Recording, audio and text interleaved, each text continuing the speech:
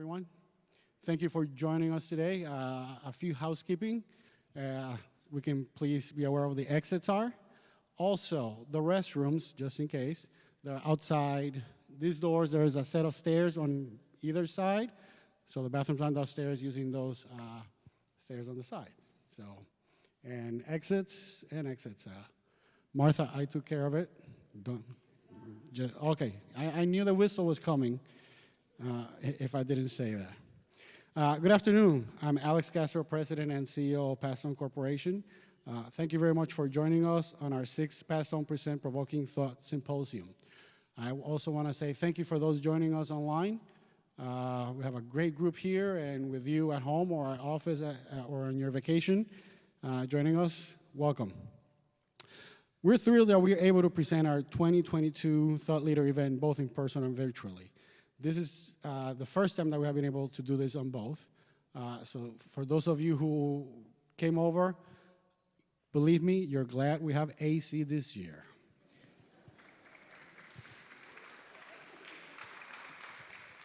No credit here.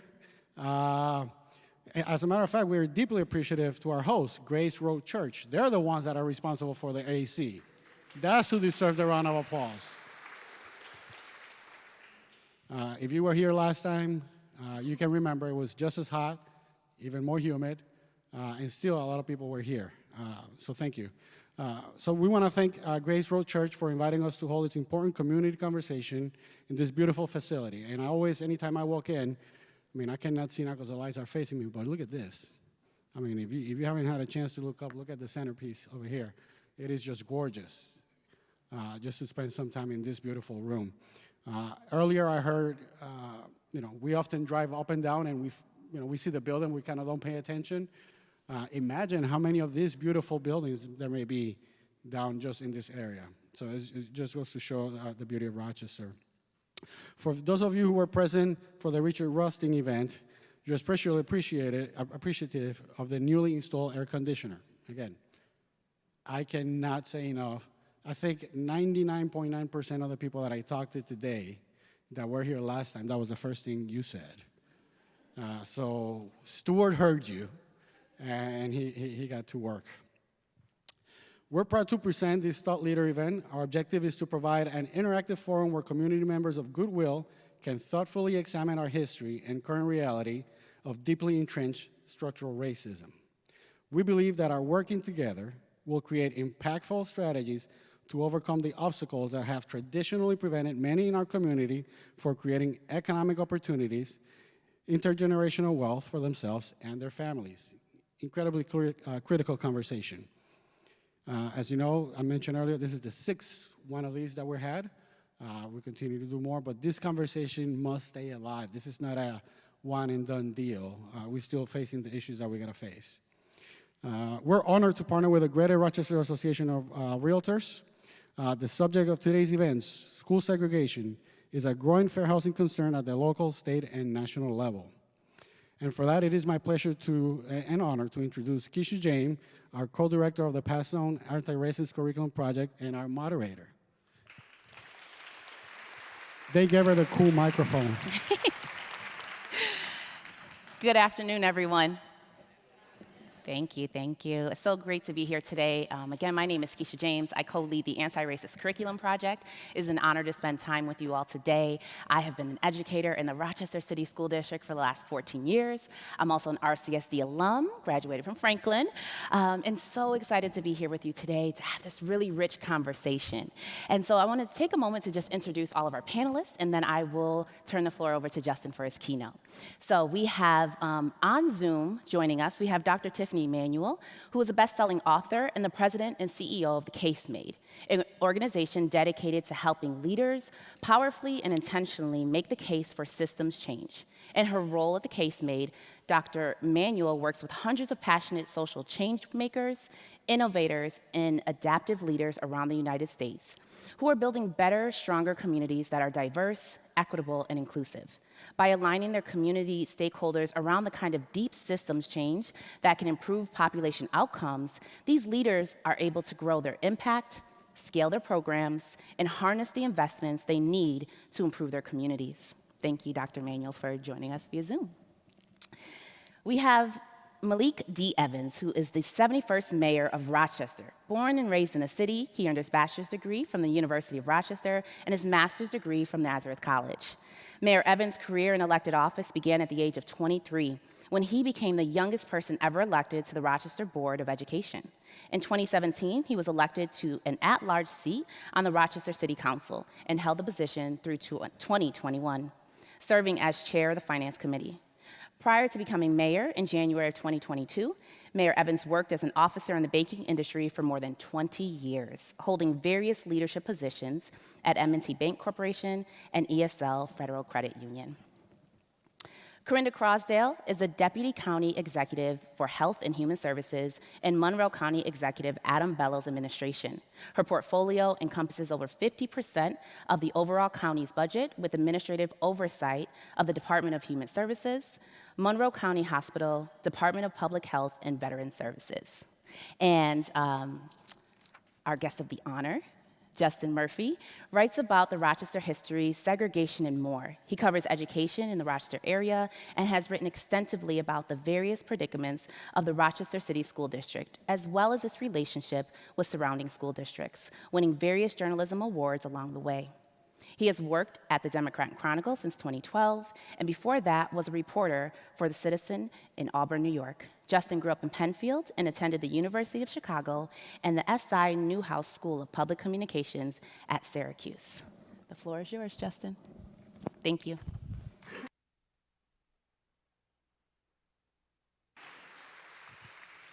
Thanks very much, Keisha. Hi, everybody. Thanks for coming today. I appreciate it. I thank the mayor and the deputy county executive for being here as well. And I thank Pat Stone. I've, over the last several years, gotten to know different people at Pat Stone pretty well, in particular through their anti-racist curriculum project. And not only do I really value the work that they've done in getting some of this history out into classrooms around the area, but like really in building a community around of people who are interested in this, who are interested in finding ways to move it forward and teach our children a better version of our local story. So I'm really grateful to be here. My book was born from, I would say, a feeling of dissonance that I had that was growing over a number of years as the education reporter at the Democrat and Chronicle. Over and over again, I hear about different purported causes for low academic achievement in the district. The school board is dysfunctional. The administration is inept. The union is interfering with everything. The charter schools, state education requirements. And so I have studied and written about all of those things. There's elements to truth to all of those things, but I got a growing sense that that was insufficient, and that's for two reasons. The first is that it ignores that the same basic pattern of disparities is repeated in healthcare, in criminal justice outcomes, in housing, in everywhere else that you look in our society. You see the same thing as you do in education. And the second thing is that is true not only in Rochester, but in essentially every metropolitan area in the entire country. I remember when Richard Rothstein was here, and some of us spoke to him ahead of time, journalists, and one of the questions that he was asked was, what makes Rochester different, or what makes Rochester worse? And he said, every single place that I go in the country, the first thing that anybody ever wants to do is convince me that their city is the worst. It's like some kind of perverse civic pride in reverse. And he said, yeah, every different place has different stuff. You know, maybe one thing happened that was particularly bad, but in general, it's a national story. And if you go looking to locate the problems and the solutions strictly among your own community, you're missing something.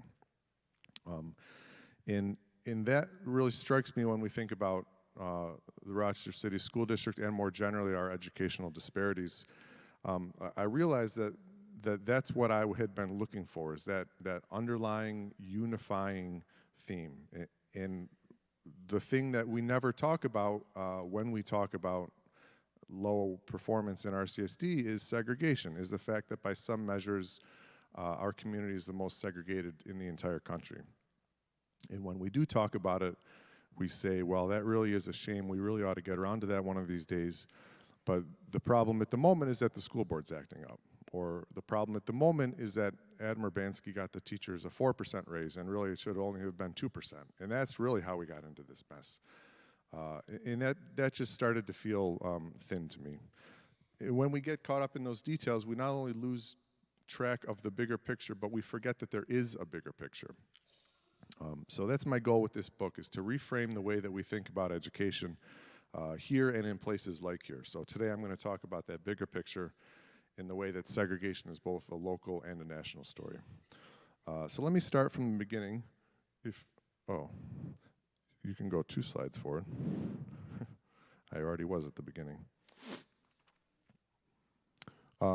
So this is just some context for how the black population came to be in the United States, or in Rochester in the first place. And what you'll see is that thick black line is Rochester. And the point is that the effect of the Great Migration of black people coming up north throughout the 20th century happens a lot later in Rochester. Even by 1950, the city of Rochester itself is still 98% white. And there's a lot of reasons for that, but generally speaking, black migrants come from the south to the north for better opportunities, and in particular for jobs. And Rochester is somewhat unusual in that those jobs are held very tightly in just a few hands. There's large corporations that have a disproportionate impact on the community, Kodak, of course, being the most prominent of them. And those large corporations and power players have strict policies against hiring black people. So according to a 1939 state study, Kodak has more than 16,000 employees, and one of them is a black person. So instead, in Rochester, the beginnings of the migration are agricultural. People come to Wayne County to pick crops, and they eventually, over time, move into the city of Rochester itself. That's a very exploitative labor market that they're in. The black migrant workers face unbelievably traumatic experiences, in particular the children who are in that circuit. And those are the children, or otherwise the parents of the children, who end up in RCSD during this great tumult over desegregation in the late 60s and early 70s. So I go through this all in a lot more detail in my book. I'm going to kind of skip past it here. But starting in 1950, you start to see really great numbers of non-white people, first black and then Puerto Rican people, arriving in Rochester. And that continuing overwhelming white power structure acts both locally and on a national level to steer them into very specific parts of the city, in particular the 3rd Ward and the 7th Ward. The main mechanisms are redlining, which is federal policy, racially restrictive covenants, which are supported up until 1948 by the courts, and the actions of realtors, which are have a lot of components to it. And I'm not going to go through all that right now, but what I want to focus on is that when we talk about those things, it's sort of, in a sense, it narrows our frame, because those are all things that really affect one person's ability to buy one given house. And there certainly is great discrimination and segregation on that level. But I also want to think more broadly about the way that public systems interact to shape the community on an even larger scale. Next slide, please. This is a report that Kodak commissioned in 1967 after the uprising in 1964 from this firm Simulmatics, which is affiliated with Daniel Patrick Moynihan. And they wanted to know essentially what the black community thought of Kodak and kind of the white power structure in general. In this part that I highlighted here, I think is really important, because that gets to this point that we're not talking about single thwarted home purchases or even the combination of thwarted home purchases. This is abstracted out to a much higher level in terms of how the community organizes itself. And the passive grammatical construction in this sentence, of course, is uncovering a vast untold history that we're just now beginning to try to tell. And so this is important because I'm going to switch now to education. And after Brown versus Board of Education in 1954, cities like Rochester cling very tightly to the supposed distinction between de jure and de facto segregation. De jure segregation is like in the South, there's literally a law in the law book that says black people can't live here or can't go to school here. De facto segregation means there is no law, but in fact they don't live here. And we don't really know why that is actually now that you ask, but it's not our fault. And that is a fiction that cities like Rochester find extremely important. And that is in particular in our CSD. Throughout the 60s, they take a lot of incremental steps toward integration, but throughout they say, we know our schools are imbalanced racially, we're doing the best we can, but it's ultimately not our fault. That happened, that's where people chose to live, and we're strictly downstream of it. In fact, there's a great deal of evidence showing that RCSD did contribute to school segregation even beyond what housing segregation already demanded. And I go through a number of examples of this in my book, but I've got one that's quite clear. If you could go to the next slide, please. So this, the little hat there is East High School. It actually should be about 3 inches to the left. And the boundary in purple is the attendance boundary. So if you live in the purple, you go to East High School. These other numbers are elementary schools. If you live in those polygons, you go to that elementary school. In the blue is where there are black people living at the time, 1956. And so you can see that that's pretty much the whole 7th Ward, like School 9 goes to East High School. And East High School at this time is not any particularly noteworthy school. It's another comprehensive secondary school in the district. But they're about to get a new building. And it's not any old new building. It's the most expensive school that's ever been built in RCSD. And it goes wildly over budget. It was supposed to cost $6 million. It ends up costing $12 million. It's a huge campaign issue in the school board elections. People are complaining about this palace that they're building at East High School. That's all anybody's talking about, is how fancy this new East High School is. So it opens in 1959. And a few months beforehand, they changed the attendance boundaries for the school. Could you go to the next slide, please? This is what they changed them to look like. So you can see that they have surgically removed the black neighborhood from attending this incredible new school. And if you can see that little red part, that's Hebert Street. And Hebert Street is not a very remarkable street. It's only maybe half a mile long. But it's important in this context because the next street to the west is Scioto Street, which at that time was almost entirely black, and the next street to the east is Union Street, which is almost entirely Italian and white. So Hebert Street is the only possible place that school boundary could have been located to ensure maximum racial segregation, even beyond what was required by housing segregation. So Brown is in 1954. It takes a while before the effects really reach the north, but by 1961, there is the first federal desegregation order in New York. That's in New Rochelle. And in 1963, the state education commissioner sends a letter to every district, and he says, you need to take a survey, see if your schools are racially imbalanced, and if they are, you have to do something about it. So Rochester, its first step in the path that it takes for the next several years is called open enrollment. And the basic idea is that if you live in one of those elementary school zones and it's overcrowded and there's room in an adjacent one, you can apply to go there. So for the first time, it breaks that really strict neighborhood school pattern. And so RCSD needs to advertise and recruit this possibility to parents in the black schools. And here's the letter that they send. You can go to the next slide, please. We would like to know if you want your child to have a chance to attend a school where there are more white children. That's like the most racist possible way that you could phrase that, right? But the response is overwhelming. They were expecting about 2% of people to want to participate based on national precedent. They got about 35%. That's about 1,700 students. So they whittle that down to 640 kids on the Friday before the transfers are going to begin. So on Friday, they've got 640 kids lined up to go to a new school on Monday. Over that weekend, white parents drive through the 3rd Ward and knock on the doors and tell the parents, it would be a really bad idea for you to allow your kids to get on the bus on Monday. That's a couple of months after the bombing, the church bombing in Birmingham. So that's a pretty unambiguous threat of violence. And so by Monday, more than 100 of those kids have dropped out from this program. So open enrollment programs of this type continue throughout the 1960s. The district ultimately is able to point to some schools that are comparatively desegregated. At the same time, other schools are becoming more segregated.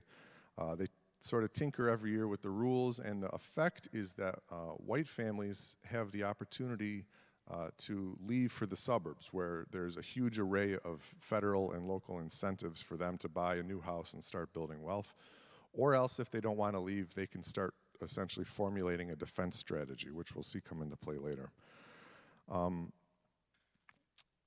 There's a couple of important sort of national currents that are happening at the same time as we get through the 60s. The first is that as federal desegregation in the orders in the North become more prevalent, there's increased pushback from white people in northern cities. Richard Nixon gets elected in 1968, and he runs in part on a strict anti-busing platform. The name most associated with the anti-integration movement in Rochester is Louis Cerulli. He was the school board president in the mid-60s, and you may know that he has a school named after him today on Lexington Avenue. So at the same time that white opposition is growing, black community leaders and the black community at large, which in the early 60s had been quite squarely in favor of integration, is starting to peel off. And when they do so, you can, they say precisely when that is and their reasoning, which is that white people are never going to allow it. So whether or not this is theoretically a good idea for our kids, we can see that white people won't let it happen. So we're going to focus instead on directing more resources to the schools, even though they are segregated. So the clearest example is that the FIGHT organization is founded in 1965 with the acronym Freedom, Integration, God, Honor, Today. 2 years later, in 1967, they changed the I from integration to independence. So at the same time that the white opposition is mounting, the black coalition is splintering. To kind of skip over a lot of political process, eventually in the fall of 1978, a pro-integration school board is elected, and they put in a plan for the 71-72 school year, and essentially the idea is it's for secondary schools, and if you've got a mostly white secondary school here and a mostly black secondary school here, you draw a new attendance boundary around both of them and then cut them in half by grade level. So 7 through 9 for all of those kids go over here, and 10 through 12 go over here. So theoretically, you've taken 2 segregated schools and created 2 desegregated schools. Next slide, please. So how did it go? Not very well. This is the welcoming committee outside Jefferson High School as black kids are coming to take their Regents exams in the spring of 1972. The Regents exams actually got canceled that year because the schools were too dangerous. Not just fights among students, but line brawls with weapons. Students get stabbed at schools. The buses that are carrying the black kids up to Charlotte routinely get hit with rocks and bottles and bricks from either in the cemeteries or going through the village of Charlotte. A lot of this violence is instigated not by the students themselves, but by their parents, other people in the neighborhood. There's a really interesting ethnic component and class component to it, apart from race, that I get into in the book. Let me read to you from what the assistant superintendent of the district says at the time. The expressions on the students' faces at Charlotte are reminiscent of those seen thousands of times on the faces of their parents and others who have fought an 8-year battle to prevent integration of the city's schools, the city's housing, and the city's employment roles. The continuing disturbances in our city's high schools indicate that the children, segregated by the adults responsible for their education, have learned to mistrust, fear, and even hate one another. In terms of the 2 main political parties, neither of them have any real interest in sticking their neck out for integration. So as this all is going on, In 1971, the local party leaders persuade the state legislature to change the rules for the school board. They make it a nonpartisan election, which means that no one's going to call them anymore and ask them what they think about integration. And they also change it from a 5-person board to 7. And so the effect of that is that just 1 year after this pro-integration board gets voted into office, there's another election for a new majority on the board. And in the fall of 1971, the anti-integration slate sweeps the election. Just a couple months later, they undo the entire desegregation plan. And so that, in the spring of 1972, is essentially the end of the targeted desegregation movement in Rochester.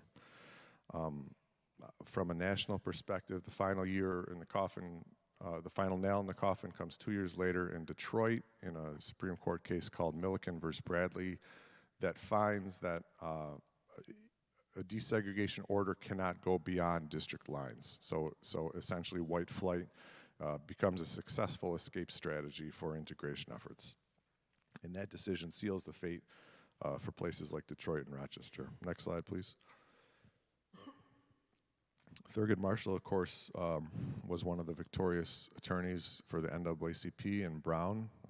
20 years later, he's dissenting as a justice on the Supreme Court in Milliken. And that's the end of the history lesson, but I want to zoom out a little bit because a lot has happened since then, of course. Throughout the 50s and 60s, there's debate over a very wide philosophical spectrum about how to improve academic outcomes for non-white kids and poor children. And it goes generally from integration to redirecting resources to the schools in place. And it's the near unanimous opinion of experts, educators, teachers, most black people, and at least liberal white people, that first of all, integration is the more promising, more effective, more cost-effective way forward. And at the very least, you need elements of both of those components in whatever path that you craft. Since 1972, half of that spectrum has been cut off. Desegregation is impossible in the current political boundaries in any meaningful way. And so every idea that comes up for improving the schools is within that other half of the spectrum that we generally refer to as school reform. So it's either technical changes or funding levels. Funding levels is like the Campaign for Fiscal Equity lawsuit or the teacher's contract in 1987. Controls could be having a state monitor, it could be charter schools, it could be getting rid of the school board, whatever. All these ideas take it as a given that the schoolhouse is going to be segregated. And we either don't know what to do about that or we don't feel like doing about that, so we're just gonna work the best we can in the current setting. And there's a lot of empirical research showing that that's not the right approach. Next slide, please. This is from an economist named Rucker Johnson who did a really interesting study. He created this massive life outcome data set over generations or decades and sorted kids and made matched pairs by people who were the same in all respects except one went to an integrated school and one went to a segregated school. And these are some of his findings. High school graduation rate, earnings shoot up, health status shoots up, incarceration goes way down. These are for kids that go for their entire K-12 education to a desegregated school. But even after only 1 year, wages, for instance, adult wages increased 10% for a black student who attended in a desegregated school for just 1 year. I assume that when Rucker Johnson wrote this quote about vaccines 3 years ago, it was a perfectly inoffensive and non-controversial statement, but oh well. So what can we do about that? Next slide, please. I make 3 recommendations in my book. One thing that surprised me as I was doing my research was to learn that it's been more than 100 years since the first attempts or thinking about metropolitan solutions in education. That can mean a countywide school district. It can mean a number of things short of that. But despite all of that thought, there have never been answers to some very simple questions like who will run it, where does the money come from? How long do the kids have to be on the bus? Things like that. And so in the absence of those answers, it's been very easy to bat down these ideas as they come up.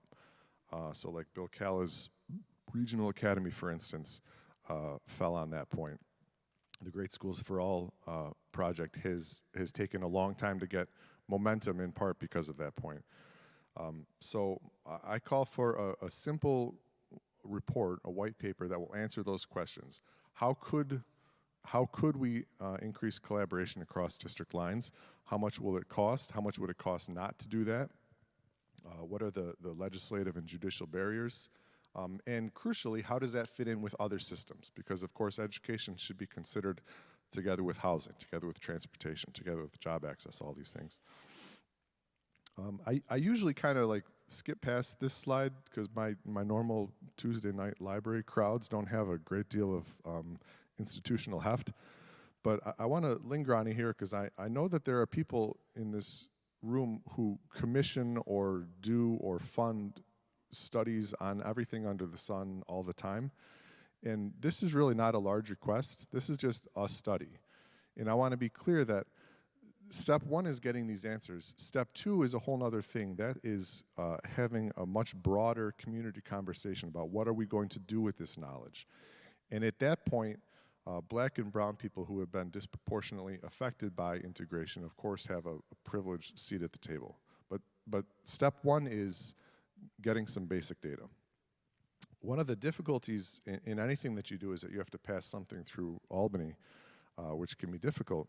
But there's one exception to that. There's one way that kids already can move pretty freely across district lines. Next slide, please.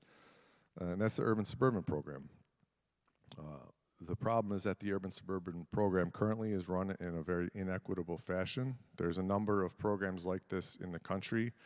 Rochester's is the only one where the suburban districts get to hand select the kids. If those kids misbehave or get bad grades or end up having a disability or get pregnant or anything, they can be removed from their purported home districts in the suburbs at any time. Transportation falls entirely to RCSD, so if they need to stay after for 15 minutes and the late bus doesn't come for 2 hours, then they're staying after for 2 hours. And the suburban districts don't have hardly any targeted supports in place for the kids in the suburbs. I've many times walked in suburban schools with principals who tell me, we don't even know which kids are urban-suburban. They all just kind of get along. Isn't that great?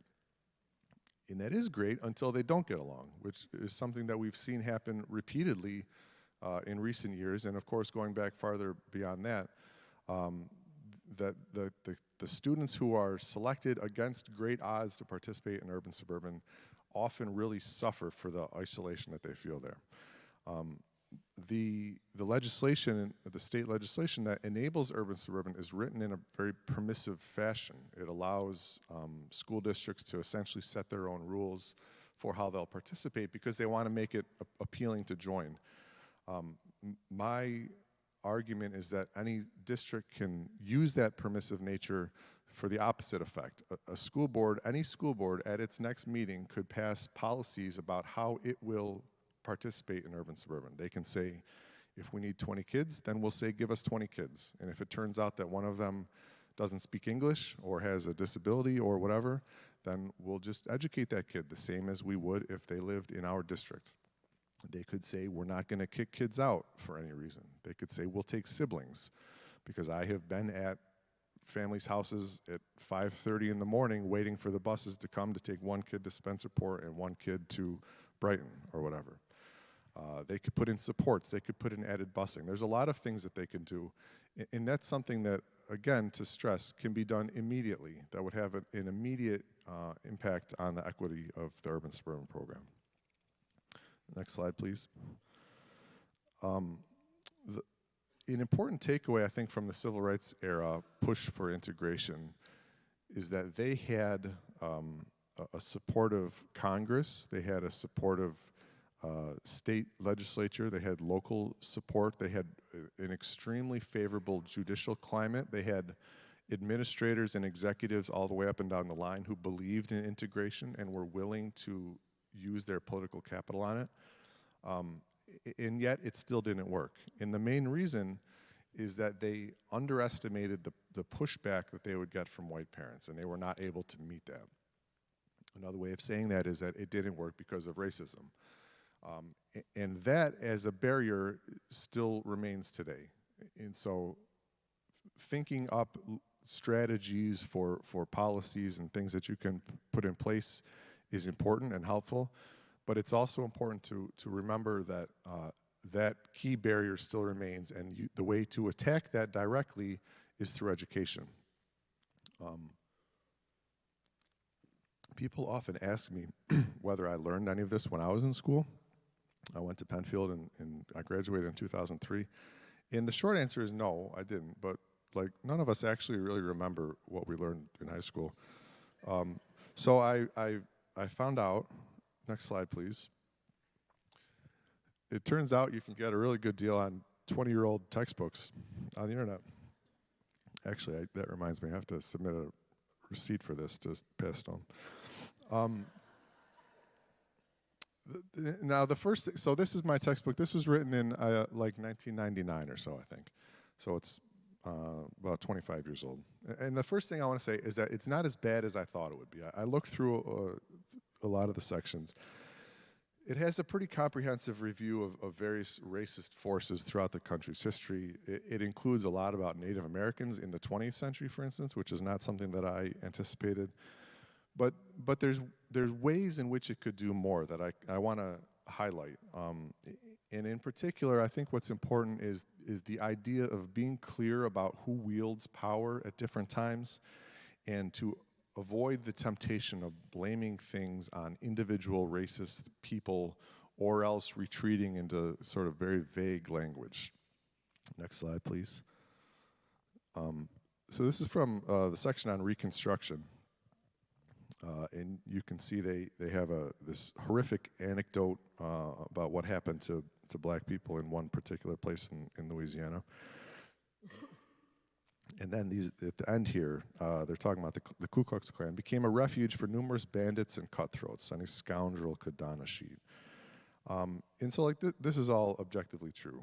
But I think there's two things that are important here. First of all, we have kind of distilled the racism and the backlash to these single actors who we all now can agree are bad people. Anybody living today could say that you shouldn't go and do that. And so like that's kind of easy to pin it now on them. They're the ones that did this.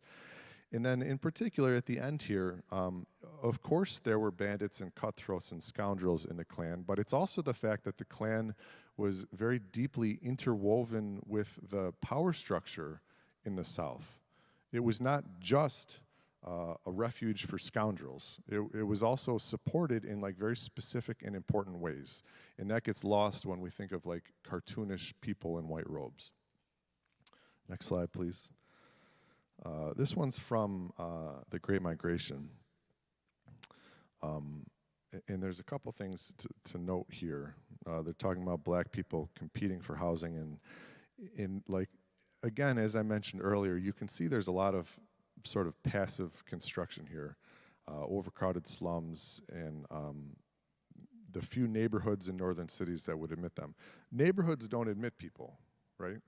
Like people admit people, in the ways that neighborhoods get structured and the rules get written is done by people, in particular, important elected people in communities. So they're the ones that didn't admit people. It wasn't the fault of the neighborhoods. And then these riots, it sort of makes it sound like, there's like equal numbers and they're having a contest. This riot in Detroit in 1943 happened. One of the precipitating factors was that 1,000 people showed up outside one of the first integrated housing projects, Conant Gardens, and burned a cross on the lawn in front of it. There was also massive work stoppages by white employees after black workers were allowed to come in. In 1943 in New York, the riot was set off by a cop shooting an unarmed black man. So it's important to think about like those nuances, I think, and that's what I mean when I talk about anti-racist education. It's complicated. It's clear that there's a lot to do. It's a long slog, and it might be messy in any given classroom, but like that's the kind of lens that is really important to prevent kids from graduating and thinking, for instance, it's terrible that the Klan did all of those things in 1868, and I'm so glad that I don't know anybody who is in the Klan right now. And I'm grateful, of course, on this point to Pat Stone for the work that they're doing here. Next slide, please. I mentioned earlier that you can pinpoint exactly where various black community leaders and organizations come out against integration. So this is the Urban League of Rochester. The implicit premise in the civil rights era from Brown until Milliken was we're going to integrate the schools because the law says we have to and because we think it's the right thing to do. And when we say integrate, what we mean is that we're going to allow the black kids from the bad schools to enter into the good white schools. And we recognize that when they do that, they're going to get harassed and beat up and possibly killed. But once we get through that, everyone will see that it was a good idea. And it is, in fact, the case that it's a good idea, that it works once you get through that. But we can see now that that risk is entirely inappropriate and one-sided. So what I'm proposing is that we take this until such time literally. And if white people feel evolved compared to the screaming parents on the cover of my book, then it's upon us to demonstrate that. And one way to demonstrate that is not to be afraid of our history, and to acknowledge it and to see what we can learn from it.